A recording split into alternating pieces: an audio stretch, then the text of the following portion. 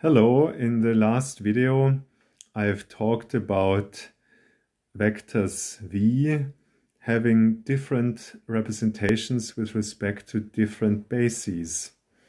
And we were interested in the question, well, if we have the representation of v with respect to some basis b, how do we get v into a representation with respect to a different basis d? And the answer was, we take a change of basis matrix, which is a matrix like this, a representation of the identity matrix with respect to basis BD. So that allows us, by just multiplying the representation of the vector with the change of basis matrix, in this way we get a representation of the same vector with respect to a different basis. And today we are going to extend this in a natural way to maps, to linear maps. Linear maps have a domain and a codomain, and both the domain and the codomain may have different bases. So now, therefore, the same linear map may have different representations depending both on the basis of the domain and the basis of the codomain. And we are going to talk about how representations of linear maps change when the pair of bases changes. And this diagram, this arrow diagram, helps us a lot. You've seen versions of this previously. Now you see it in its full glory. Let's focus first on the top part of the diagram. We have a map little h taking us from a vector space V to a vector space W, and that map is represented by a matrix capital H, and this representation is with respect to bases B and D. We saw that and we discussed this extensively a few videos ago. Now, the left part is something that appeared also in the previous video in the context of just changing the representation of a single vector from one basis to another basis. And we have the same thing on the right-hand side here. So these change of basis vectors involved representing the identity map, but with respect to generally different bases. Now we are interested in representing the same map H as above with respect to these other bases B hat and D hat, and that will in general give us a different representing matrix, which we are calling H hat. Now, how do we go from a representation of a vector V with respect to B hat to a representation of H of V with respect to D hat? Well, the thing that this diagram suggests is that first we are going to change the representation of V from B hat to B. So we go up this diagram kind of against this arrow that is indicated here, but we can go in either direction. The change of basis matrix depends on whether we go from B to B hat or from B hat to B. So these things will be different things. But we can go in either directions. We just have to do it in the right way. So first we translate the representation of V from basis B hat to basis B. Then we go here and then we go down here. Now the first change of basis is written here. Then we have a representation of V with respect to basis B, and therefore we can just apply H by multiplying H, the matrix H. And then we have a representation of h of v with respect to basis D. And then we multiply another matrix which implements the change of basis from D to D hat. Notice that these matrices accumulate from right to left because all these matrices are multiplied to the left of some vector that we start with. And these three matrices multiplied together then make our matrix H hat. And the proof, yes, follows from the diagram and the things that we've discussed in the previous videos. Let's just look at an example to sort of check the theorem. We are looking again at this derivative map from P2 to P2. And P2, the vector space of polynomials of degree at most 2, has 4 different bases that are mentioned here. And we might represent the derivative map with respect to bases B and D. We've often discussed this. Let's just trust the result of this computation. And we could do the same computation, the same map with respect to B hat and D hat. Then we get these two matrices, and with respect to the previous picture, this would be this matrix H and H hat. Now we just want to verify whether we want to verify the theorem, i.e. we want to check whether we could get this matrix also in this other way by multiplying these three matrices here. So we have a change of basis matrix that takes us from B hat to B. So that's up the left part of the diagram. And we have this change of basis matrix which takes us from D to D hat. And now if we multiply things in the right order, i.e. first this one here from B hat to B, then this one, which is this one, and finally the change of basis, which we have here. If we now multiply these matrices, we do indeed get the matrix that we had here.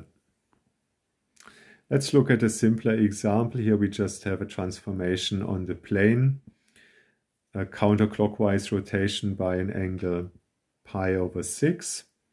Here you go. Here you have this transformation with respect to the standard basis E2. And now we want to represent this transformation with respect to a different basis. We are going to choose B equals D. So these bases now appear in this diagram. We again have the same diagram, it's just specialized to the case that we are looking at, R2. Yeah, we have a standard basis up here. And suppose we want to compute H hat representing the transformation with respect to bases B and D. So the first thing we have to do is change basis from B to E2. And this is particularly easy because the change of basis here is with respect to the standard basis. So if you think about it, what we have to do is to simply put these columns into our change of basis matrix. This is what happened here. This has to do with the fact that the identity map is particularly simple and the standard basis is particularly simple.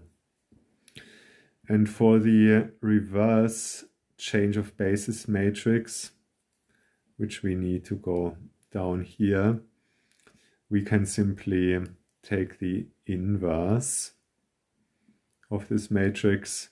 Here we are taking advantage of the fact that the bases B and D are taken equal.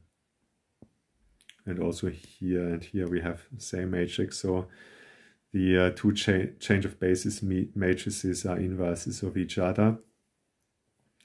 Okay, that gives us this change of basis, and then we can multiply the three matrices again, and we arrive at this matrix H hat.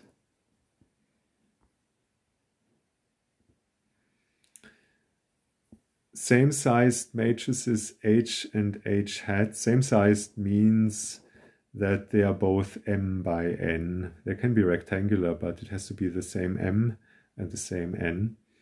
So such matrices are called matrix equivalent if there are non-singular matrices P and Q, such that you can obtain H hat by multiplying a non-singular matrix P to the left of H and a non-singular matrix Q to the right of H.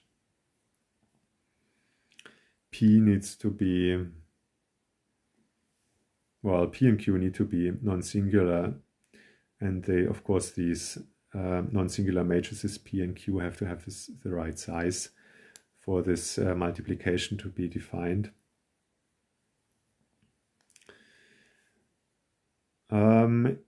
In view of what we've just discussed, we arrive at this corollary saying that matrix equivalent matrices represent the same map with respect to appropriate pairs of bases. You can just interpret P and Q as some appropriate change of bases maps. Now, matrix equivalence is an equivalence relation. Otherwise, the term matrix equivalent would not have been chosen. Let's just verify one thing about this fact that it's an equivalence relation, namely, if we can transform H into H hat in this way, we can also transform H hat into H in a similar way. And how do we get this? Well, we take this equation and multiply it from the left with P inverse and from the right with Q inverse.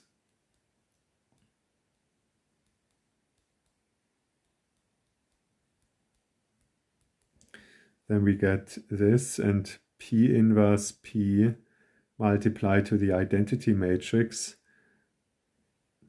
which we can cancel, and Q inverse also multiply to the identity matrix.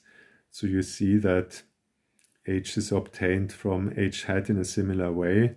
Of course, P inverse and Q inverse are also invertible or non-singular matrices. Transitivity would also have to be checked, and that's also easy to show just using more letters. Once we have an equivalence relation in this course, we draw then this diagram, because in an equivalence relation we have equivalence classes which are indicated by these boxes, and two matrices are in the same class. Here H and H hat are in the same class because they are matrix equivalent. In the other boxes there might be other matrices which are not matrix equivalent to H and H hat. Now there is a canonical form for each equivalence class. This follows from the theorem here. So it says any m by n matrix of rank k is matrix equivalent to the m by n matrix that is all zeros except that the first k diagonal entries are ones. Okay, so that's a matrix of a special shape.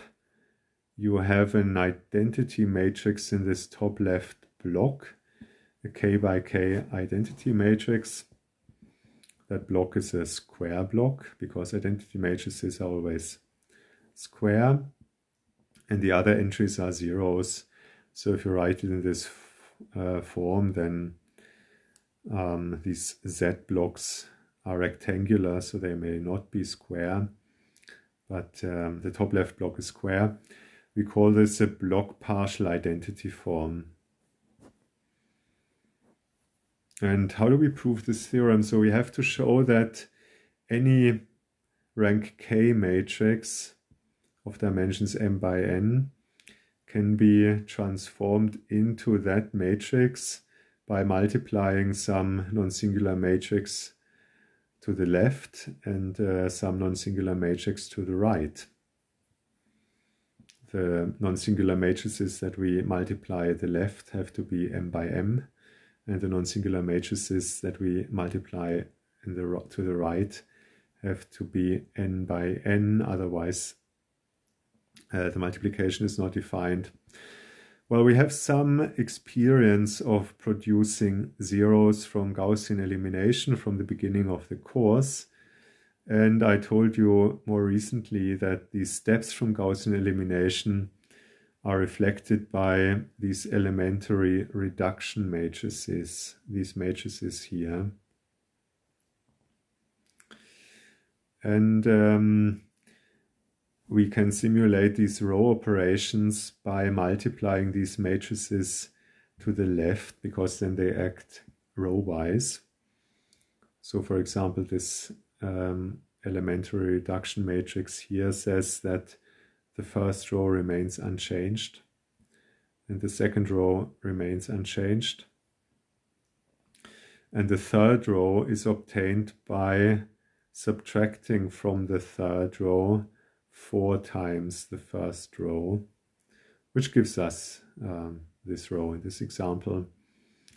Now if we apply this to the right of some matrix, then these elementary reduction matrices act column-wise. So the first column here tells us that we change the first column by subtracting from it 4 times the third column. So if we subtract from the first column 4 times the third column, we get this column, and the other 2 columns tell us that the other 2 columns are going to be unchanged. So this kind of corresponds to a column operation. Let's look at this at an example which tells you a lot about the general proof.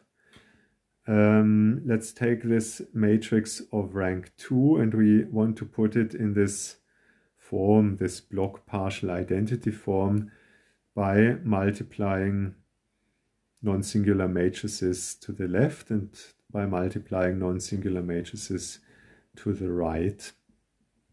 So first we are going to produce zeros at these positions. And we do so by multiplying to its left some suitable elementary reduction matrices reflecting these steps from Gaussian elimination. So we've discussed this recently. We have to do this from right to left because we multiply all these matrices to the left of this matrix that we start with. So for example, this transformation corresponds to this elementary reduction matrix, and this corresponds to this. And all these elementary reduction matrices are non-singular, so we can multiply them up to get another non-singular matrix. Let's forget about the Q for the moment.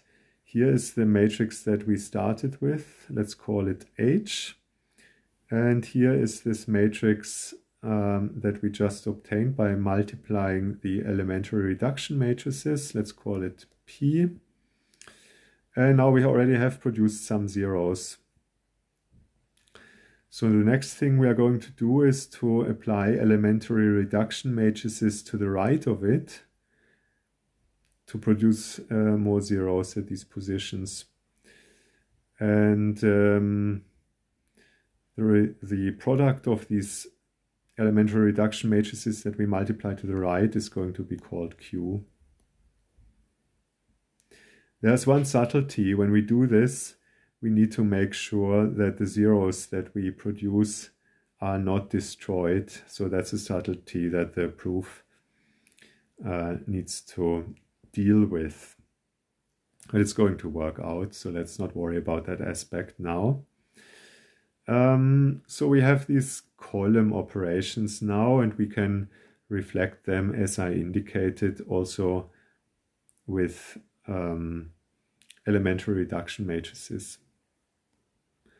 We multiply this now from to the right, so it's going to be in the same order as the steps themselves. This gives us this sequence of elementary reduction matrices, which we multiply up to get this matrix Q that I've just mentioned. Now you have here P, here H, here Q, and altogether we've put H into this special form. Now these matrices, by the way, they have an easy to understand effect. They are projection. In this case, it's projection from R3 onto the xy plane. Some coordinates stay untouched and some coordinates are simply put to 0. So this is a kind of a projection. Let's go back to this corollary that we saw earlier. It said matrix equivalent matrices represent the same map with respect to appropriate pairs of bases. So let's take some matrix that is matrix equivalent to this projection matrix that we just looked at.